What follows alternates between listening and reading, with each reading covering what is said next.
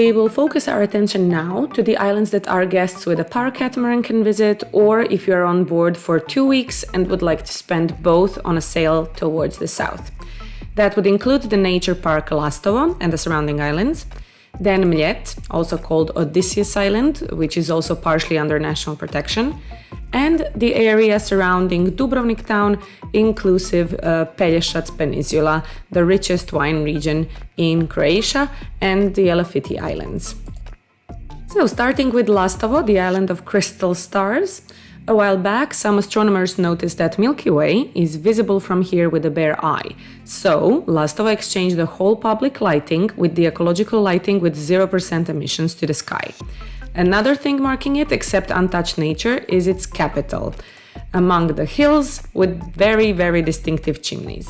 Coming all the way to Lastovo and not paying a visit here is truly a shame. All the pictures that we have from this island are provided by the park itself, so for any additional information and the details, go to pplastovo.hr, as there is many more to know. Important to remember is that entering Lastovo with a yacht requires an entrance ticket. So Nature Park Lastovo needs an entrance ticket. Buying it online, at least a day in advance over MySea or through their webpage here, is the way that we recommend it. If it is purchased for 3 days, it is also valid for Mljet Island as well, that we will talk about in a second. Also very important is not to anchor around Lastovo Island because they're trying to protect the underwater life.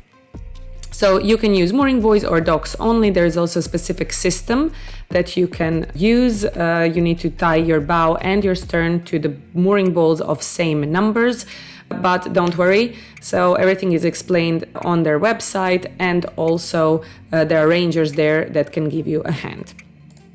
So the island and its archipelago have a couple of points of interest where you can spend the night. Pasadur Velji in Velji Bay is a charming place with a bridge connecting Lastovo Island with Prežba Island. The only hotel on the island right here offers dockage, and you cannot pass under the bridge. As you can see, it is very low. On the south, there is a bay called Skrivena Luka, meaning hidden harbor, with mooring buoys and restaurant docks. Entrance is marked with a very special lighthouse here, and if you long for a beach, there are mooring buoys also available. The best beach is probably here in Saplun Bay. The mooring buoys in Saplun Bay will give you a good holding, however, there are no other facilities whatsoever in this area. For the end, there is a tongue breaker, Zaklopatica place, Zaklopatica town. It is on the northern side with a couple of restaurants and docks, and a great trail to Lastovo town. Around 20 miles from Lastovo is Mljet Island. So the whole western side of this green island, including 2 salt lakes, is a national park. It is actually called Green Island as well, because more than 80% is covered in greenery. If you bought a ticket for 3 days for Lastovo, it covers this part of Mljet Island as well. The ticket does not include mooring fees, however, restaurants that have mooring balls or docks have an agreement with the park, so you don't need a ticket for that. We always suggest checking on the official websites, in this case np-mljet.hr, for exact conditions of entry. So there are 2 towns in the park where you can stay. On the west side is Pomena, exposed to northwesterly winds, and then we have Polače, a very deep bay open to northeasterly winds slightly. Polače was named after the 5th century Roman palace in this village. The bay is filled with mooring buoys for restaurant guests here, and there is also some mooring lines on the town quay here. Getting to the national park is easy with a scooter, bike, or with the park's van. You can also take the taxi if you want to. All of the passes in between these little islands are navigable, but do remember that there is a shoal coming out here just to the west from Moračnik Island. The second town we mentioned, Pomena, is a little bit exposed to westerly winds. There is a town quay in front of the hotel right here, and the rest of the seaside is occupied by restaurants that can give you a berth if you eat there, although no electricity. From Pomena, you can easily walk to the national park itself and its 2 salt lakes. Driving around the lakes on an 11-kilometer long path is a great idea, and the park tickets include a ferry ride to the monastery of Saint Mary in the middle of the lake.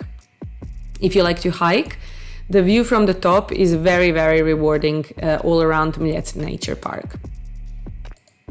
Although Mljet is full of places to go to with your yachts, especially on the island's north side, in this briefing we will mention two more in the south. One is a cave said to be the place where Odysseus heard the mermaids. The entrance is marked with batabouille, and there is a Robinson Crusoe-style restaurant above it. Anchoring in front of it is a little bit tricky, though. Second place that we will mention is Saplunara Bay, here on the southern end. So the second place that we will mention is Saplunara Bay, the perfect sandy getaway in the shape of the half moon. The two restaurants which are here offer mooring buoys, and you can lounge on a chair or on your boat, play in the sand all day long. Since this is very exposed in southerly winds, we can suggest an alternative, which would be on the other side of the island. We can see it from here. So the bay here is called Shkoj, and it also has mooring balls that belong to a restaurant. On the north end of Mljet, there are a couple of very, very nice bays. Firstly, though, we will mention Luka Sobra or Sobra Bay. That is the place where the ferry stops from Dubrovnik. So it wouldn't be our first choice to go there, although you do have some options to moor up, tie to a quay, or pick up a mooring ball. Then we have Prožura and Okuklje bays.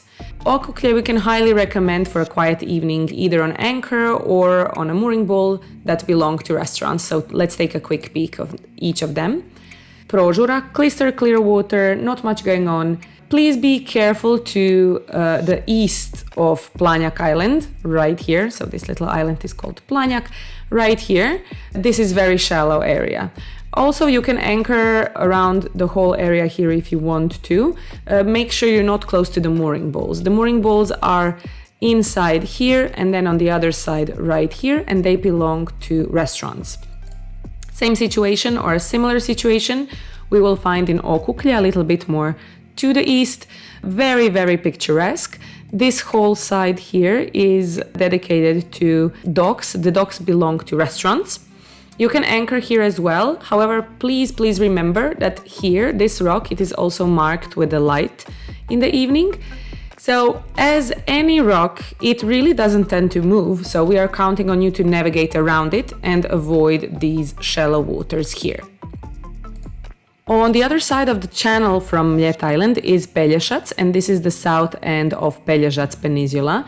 It is the richest wine region in Croatia, and on it is a little town, oftenly overlooked, but definitely worth a visit. It's called Ston.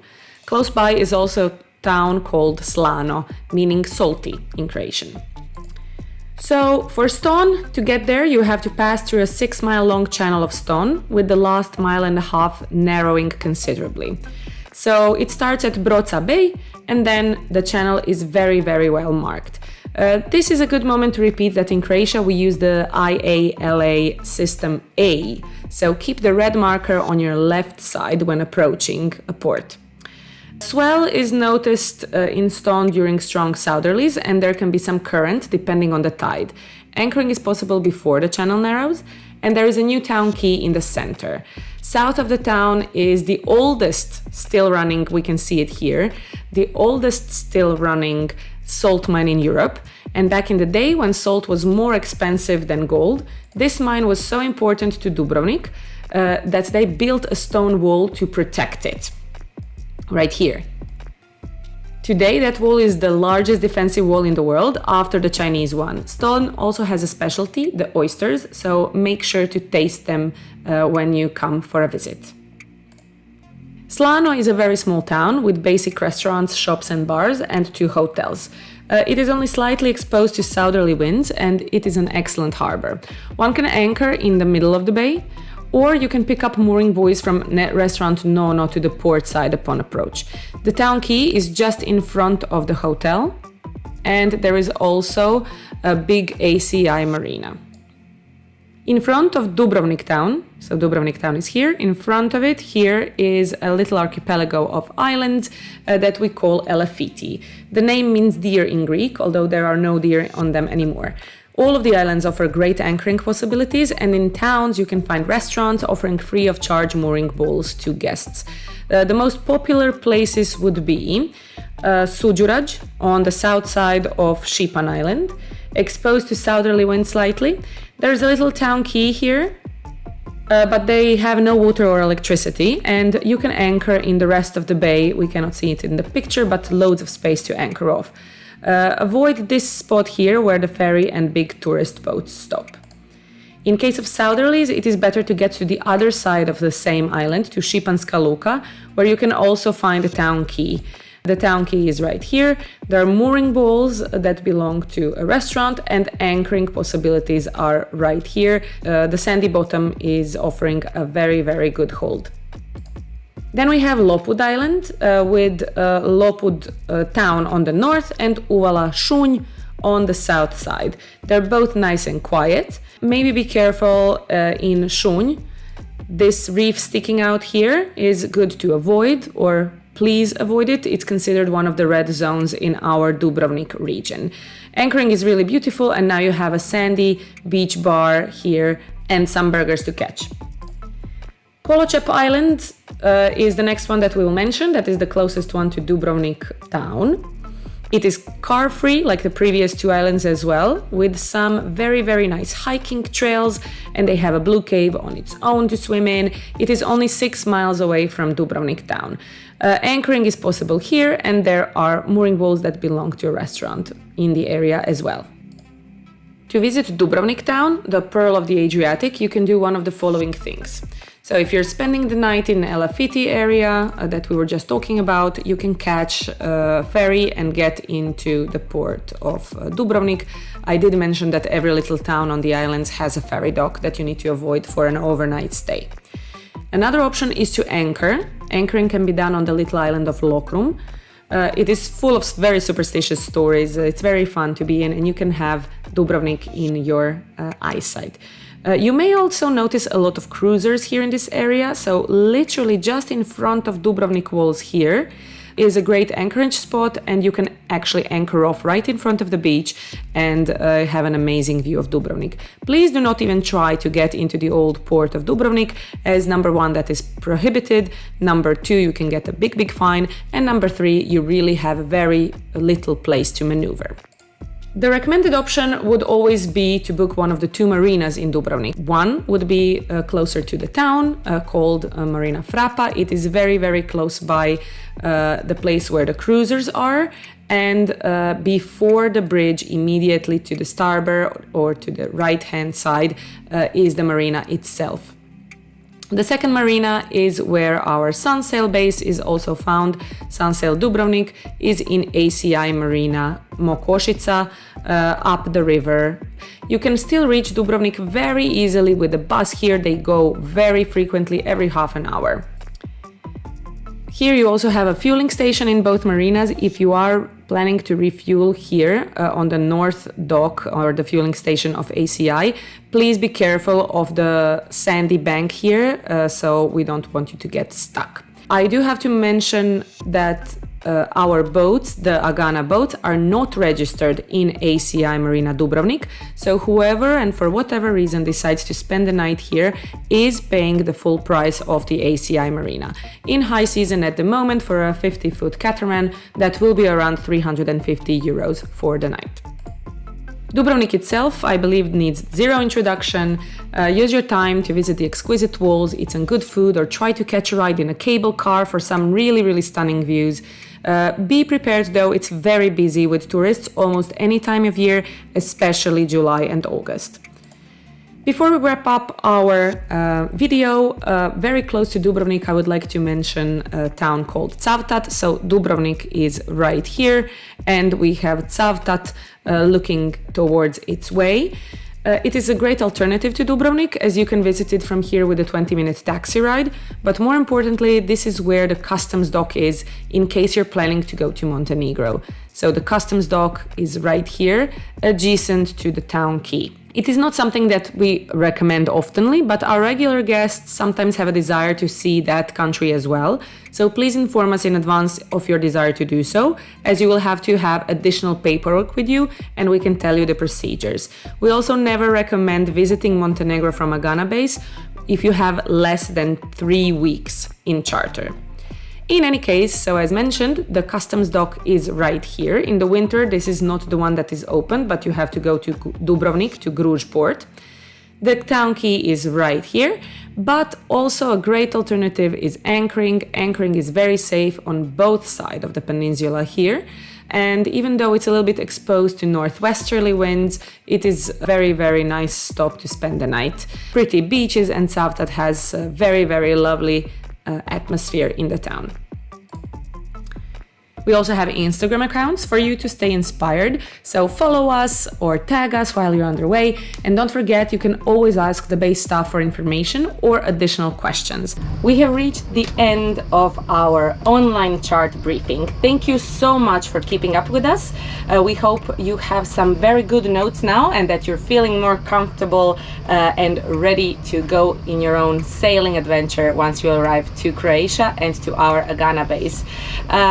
Pack your bags, get ready, safe travels, and we will see you once you arrive here. We are very, very looking forward to meeting all of you, and we are very excited to know how your vacation will go. It will be a good one. See you soon once you arrive.